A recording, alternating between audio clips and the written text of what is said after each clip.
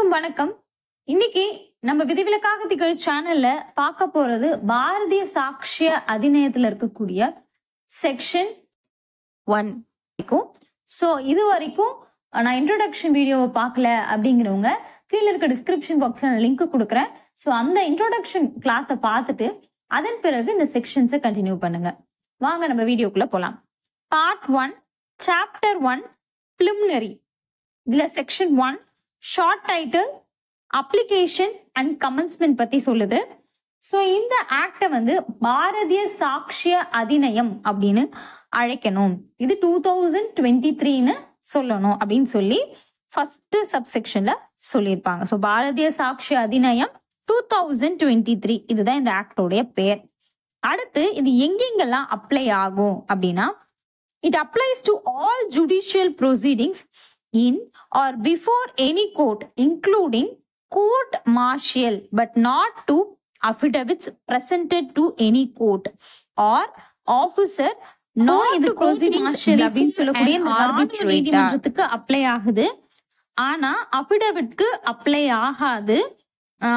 அதே போல வந்து ஒரு ஆர்பிட்ரேட்டர் இருக்கார் இல்லையா, அவர் முன்னாடி நடக்கக்கூடிய ப்ரொசீடிங்ஸும் அப்ளை ஆகாது அப்படிங்கிற மாதிரி சொல்லியிருப்பாங்க. இப்ப நம்ம இந்தியன் எவிடன்ஸ் ஆக்டோட கம்பேர் பண்ணுவோம். ஸோ இந்தியன் எவிடன்ஸ் ஆக்டை பொறுத்த வரைக்கும் கோர்ட் மார்ஷல் இன்க்ளூட் ஆயிருந்தாலும் சில விஷயங்களுக்கு இது அப்ளை ஆகாது அப்படின்னு கொடுத்துருப்பாங்க. அதுல ஒண்ணு navy discipline act as per Indian navy discipline act 1934 அப்படின்னு சொல்லியிருப்பாங்க. அதுக்கப்புறம் air force act, army act. So இது 3 விஷயங்களுமே வந்து இங்க அப்ளை ஆகாது அப்படின்னு சொல்லியிருப்பாங்க. இதுதான் இங்க இருக்கக்கூடிய சேஞ்ச். கோர்ட் மார்ஷல்ல சில விஷயங்களே எக்ஸெப்ஷன் கொடுத்திருப்பாங்க. ஆனா இப்ப வந்திருக்கக்கூடிய பாரதிய சாட்சிய அதிநியத்துல அந்த எக்ஸெப்ஷனை ரிமூவ் பண்ணியிருப்பாங்க. ஸோ ஆல் கோர்ட் மார்ஷலுக்கும் அப்ளை ஆகும் அப்படின்னு கொண்டு வந்திருப்பாங்க. ஸோ சப்செக்ஷன் 1 பொறுத்த வரைக்கும் ஷார்ட் டைட்டில் சொல்லியிருப்பாங்க.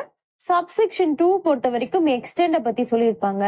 இப்போ நம்ம பார்க்க போறது கமென்ஸ்மெண்ட். ஸோ எப்பயுமே ஒரு ஆக்ட் செயல்பாட்டுக்கு வரணும்னா சென்ட்ரல் கவர்மெண்ட் அவங்களுடைய நோட்டிபிகேஷன் மூலயமா ரிலீஸ் பண்ணி அதன் பிறகுதான் அது வந்து செயல்பாட்டுக்கு வரும். இந்த பர்டிகுலர் டேட் அன்னைக்கு இது செயல்பாட்டுக்கு வரும்னு சொல்லியிருப்பாங்க. அந்த டேட் அன்னைக்கு இது செயல்பாட்டுக்கு வரும்.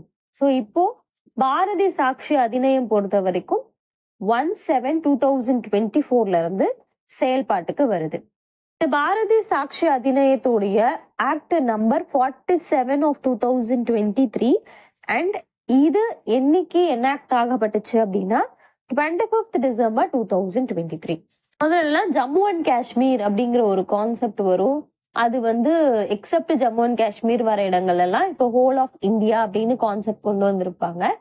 இப்ப அது இம்ப்ளைடா அது அப்ளை ஆகிறதுனால இங்க பாரதிய சாட்சிய அதிநியத்துல அதை ஸ்பெசிபிக்கா எக்ஸ்பிளைன் பண்ணல.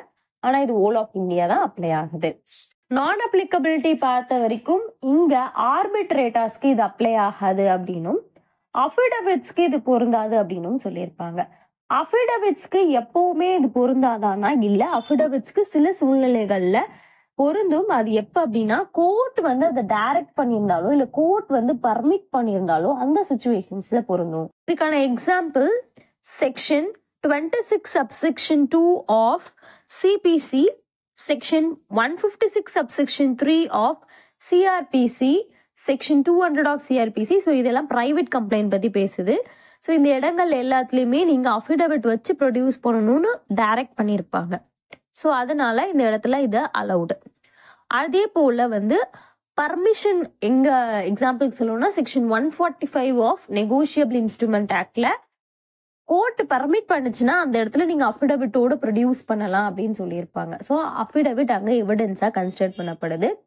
இதை சொன்ன கேஸ் லாஸ் வந்து சண்முகம் அமுதா 2007 வால்யூம் 2 சிடிசி 97.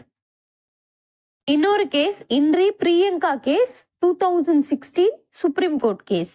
செக்ஷன்ல சொன்ன சில விஷயங்களை தாண்டி சில இடங்கள்ல அப்ளை ஆகாது அப்படிங்கிறதுக்கு நம்ம departmental enquiry, domestic enquiry, disciplinary proceedings, so இதுலலாம் வந்து அப்ளை ஆகாது எவிடன்ஸ் ஆக்ட். ஸோ இதை பேஸ் பண்ண கேஸ் லா வந்து Kuldeep Singh versus state of Punjab. So இந்த கேஸ்ல தான் சொல்லியிருப்பாங்க இந்த 3 இடங்கள்லயும் பொருந்தாது அப்படின்னு. Tribunal section 41 of Indian evidence ஆக்டும், செக்ஷன் 35 ஆஃப் பாரதிய சாட்சிய அதிநியத்திலையும் இது எக்ஸ்பிரஸாவே சொல்லியிருப்பாங்க, ட்ரிபுனலுக்கு அப்ளை ஆகாது அப்படின்னு. அடுத்து அப்ளிகபிலிட்டியில ஆல் ஜுடிஷியல் ப்ரொசீடிங்ஸ் அப்படிங்கிறது இந்தியன் எவிடன்ஸ் ஆக்ட்லயும் சரி, பாரதிய சாட்சி அதிநயத்திலயும் சரி ஒரே விஷயத்தை தான் சொல்லியிருப்பாங்க. இதுக்கு எக்ஸாம்பிள் சொல்லணும்னா சிஆர்பிசியில செக்ஷன் 2I ஓத் எடுத்து தான் நம்ம ஒரு எவிடன்ஸ் கொடுக்கணும்னு சொல்றாங்க. ஸோ ஆன் ஓத்தில் எடுக்கக்கூடியது தான் ஜுடிஷியல் ப்ரொசீடிங் இன் கோர்ட் அப்படின்னு நம்ம கன்சிடர் பண்ணணும். இதுக்கு எக்ஸெப்ஷன் இருக்கு. ஒரு சைல்டு 12 வயசுக்கு உட்பட்டு இருக்கவங்கள ஓத் எடுக்க சொல்ல மாட்டாங்க. ஸோ அந்த எக்ஸெப்ஷன் தான் இங்க கொடுத்துருப்பாங்க. ஓகேவா? ஸோ இப்போ அப்ளிகபிள் பொறுத்த வரைக்கும் ஆல் ஜுடிஷியல் ப்ரொசீடிங்ஸும் கோர்ட் மார்ஷியலும், நான் அப்ளிகபிலிட்டி பொறுத்த வரைக்கும் arbitrator, departmental proceedings, domestic proceedings, disciplinary proceedings, tribunal, affidavits.